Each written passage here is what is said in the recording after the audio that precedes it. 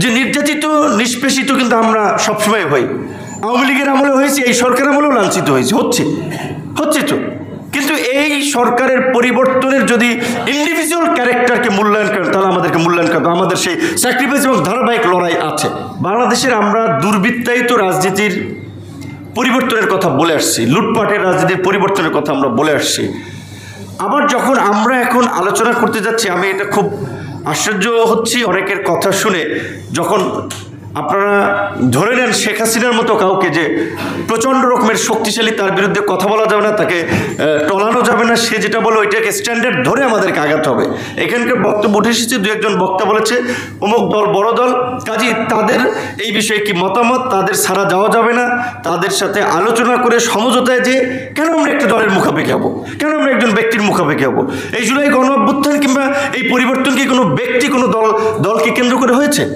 তো কেন আমরা পরিবর্তন, আজকে এই আন্দোলনের যে পরিষ্কার ঘোষণাপত্র ছিল, রাষ্ট্র কাঠামোর পরিবর্তন, শাসনতান্ত্রিক ব্যবস্থার পরিবর্তন, যেই ব্যবস্থার মধ্যে দিয়ে পুলিশ জনগণের বিরুদ্ধে গিয়ে একটা গণবিরোধী বাহিনীতে পরিণত হবে না, আদালত সরকারের কিংবা রাজনীতিবিদদের কিংবা কারো প্রভাবিত হবে না, একটা স্বাধীন গণমাধ্যম থাকবে, নাগরিকদের মর্যাদা এবং নাগরিকদের অধিকার থাকবে, প্রত্যেক নাগরিক আইনের দৃষ্টিতে যে সমান এবং তাদের যে অধিকারের সমতা সেটি নিশ্চিত করা হবে। তাহলে কেন আজকে আমরা কোনো দলকে মুখাপেক্ষি করে, কোনো দলকে সেন্টার করে আমরা আলোচনায় যেতে চাচ্ছি? এইটা হচ্ছে আমাদের আরেকটা নতজানু মানসিকতা। আমরা আগে একটা দলকে সেন্টার করে আমরা আগাতে চাচ্ছি। তো আমি বলবো যে এখানে মামুন ভাই যে আলোচনা দিয়েছে, এটা জার্মানি এবং নিউজিল্যান্ডে বোধহয় প্র্যাকটিসটা আছে কিছুটা। সো এটা হলেও আমাদের আপত্তি নাই। আবার যদি আরও কোনো নতুন পদ্ধতি, যেটা সাখাওয়াত হোসেন রাজি ভাই বলেছেন যে ঐক্যমত কমিশনে সুন্দর সোবার আলোচনা হচ্ছে, সেইখানের আলাপ আলোচনা যদি আরও 2-3টা পদ্ধতি নিয়েও একটা পরিবর্তনে সেখানেও আমরা যেতে চাই। সাইফুল হক ভাই যেটা বলেছেন এই কথাটা আমরাও বলেছিলাম যে ধরেন আমাদের চিন্তা ভাবনা ভুল হতে পারে। আমরা যখন এই প্রতিকূল সময়ে রাজনীতিটা করেছি, আমরা বাম ডান কিংবা আমরা কোনো বিভেদ করি নাই। এমনকি এই আতাউল্লাহ ভাই আছে, জাফরুল্লাহ চৌধুরীকে নিয়ে আমরা মামুন ভাই সহ হেফাজত নেতাদের মুক্তির দাবিতে একটা ব্যানার ক্রিয়েট করে আমরা প্রোগ্রাম করেছি। কারণ কোনো ইসলামিক দলের ব্যানারও করবো না, আমার ব্যানারেও করলে ঝামেলা আছে, সে মান্না ভাই ছিলেন, আমরা একটা ব্যানার ক্রিয়েট করে আমরা প্রতিবাদ করেছি বিভিন্ন ফরম্যাটে।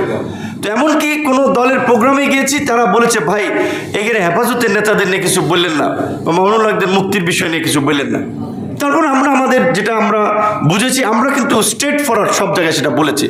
তো আজকে আমরা আমাদের দলীয় একটা পজিশন আছে, গণ অধিকার যখন 2021 সালে আত্মপ্রকাশ করে যে আমরা ভারসাম্যপূর্ণ সংসদের জন্য আমরা আনুপাতিক নির্বাচন চাই, কিন্তু আমরা বর্তমান সময় আমরা বলছি যে আমরা একা চাইলে তো হবে না, সব দল যদি একমত হয় আমরা সেখানে যেতে চাই, প্রয়োজনে আমাদের দলীয় পজিশন আমরা পরিবর্তন করতে চাই। তো আমরা আলাপ আলোচনায় দেখলাম যে বাংলাদেশের এখন যে একটা পদ্ধতি নিয়ে আলোচনা হচ্ছে যে দ্বিকক্ষ বিশিষ্ট সংসদ, লোয়ার হাউজে 400 আসন, আপার হাউজে 100 মোট 500। সেই আপার হাউজের 100 প্রাথমিকভাবে পেয়ার পদ্ধতিতে হবে। আমরা বলছি সেটাও যদি হয় আলহামদুলিল্লাহ, আমরা পুরোটা চেয়েছি, পুরোটা হয়নি, অর্ধেক হচ্ছে। এখন আমি সবার প্রতি সম্মান রেখে বলছি, আমি যদি মনে করি যে আমার পজিশনটা ঠিক এবং অন্যদেরকে যদি আন্ডার এস্টিমেট করে, অন্যদের প্রস্তাবনাকে ডিনাই করে, বিতর্ক তৈরি করে, বিভ্রান্তি তৈরি করে বক্তব্য দেই, তাহলে এটা অন্যদের প্রতি অসম্মান করা হয়। তাই আমি বলছি যে আমি সবারটা নিয়ে আমি আগাতে চাই। কিন্তু অনেকে যেই ন্যারেটিভ তৈরি করার চেষ্টা করছেন, যে বয়ান ইস্টাবলিশ করার চেষ্টা করছেন যে উচ্চ কক্ষ একটা পুনর্বাসন কেন্দ্র হবে, কাদের পুনর্বাসন কেন্দ্র হবে? হ্যাঁ, তুমি বিএনপির মতো বড় দল অনেককে মনোনয়ন দিয়ে পোষাতে পারবে না, তারা সেখানে চেক অ্যান্ড ব্যালেন্স, এটা তো পুনর্বাসনও না। কারণ তাদের বড় দল অনেক নেতা আছে, নিচে 400 দেবে, উপরে যাদেরকে নিচে দিতে পারবেন উপরে দেবে, এটা তো পুনর্বাসনের কিছু হলো না। কিংবা আমাদের দল ধরেন গণ অধিকার পরিষদ, আমরা সবচেয়ে কম সিট পেলাম, আমরা 5% ভোট ক্যারি করলাম। তো আমাদের মতো দলে এখানে যে সমস্ত ইয়ং ছেলেপেলে আছে, এখানে তো 50টা ছেলেপেলে আছে অন্তত সক্রিয়ভাবে এমপি হওয়ার মতো, তাহলে 5টা পুনর্বাসনকে আমি তো ন্যায্যতাই নিশ্চিত করতে পারবো না। তাহলে এই যে পুনর্বাসন করার একটা কথাবার্তা বলে, মানে আপার হাউসকে কার্যত এর আন্ডার এস্টিমেট করা কিংবা এটার কোনো কাজ নাই, এটার দরকার নাই, এটা রাষ্ট্রের অর্থ ব্যয়, এই সমস্ত একটা বিভ্রান্তিকরভাবে উপস্থাপন করা হচ্ছে। এই কারণে আমি বলছি যে এই মানসিকতা আমাদের থাকা উচিত না। হয় আমরা আপার হাউজে যাই কিংবা মামুন ভাইয়ের যে পদ্ধতি এখানে যাই, কিংবা আমরা মিক্স পদ্ধতিতে যে লোয়ার হাউজের 400-র মধ্যে আমরা ধরেন 200 আমরা ডাইরেক্ট পদ্ধতিতে যাই, কিংবা ফুয়াদ ভাইয়ের একটা কথা যেটা বলছে 100 ঘূর্ণায়মান পদ্ধতিতে যাই, হতে পারে, কিন্তু ব্যবস্থার আমাদের একটা পরিবর্তনে যেতেই হবে।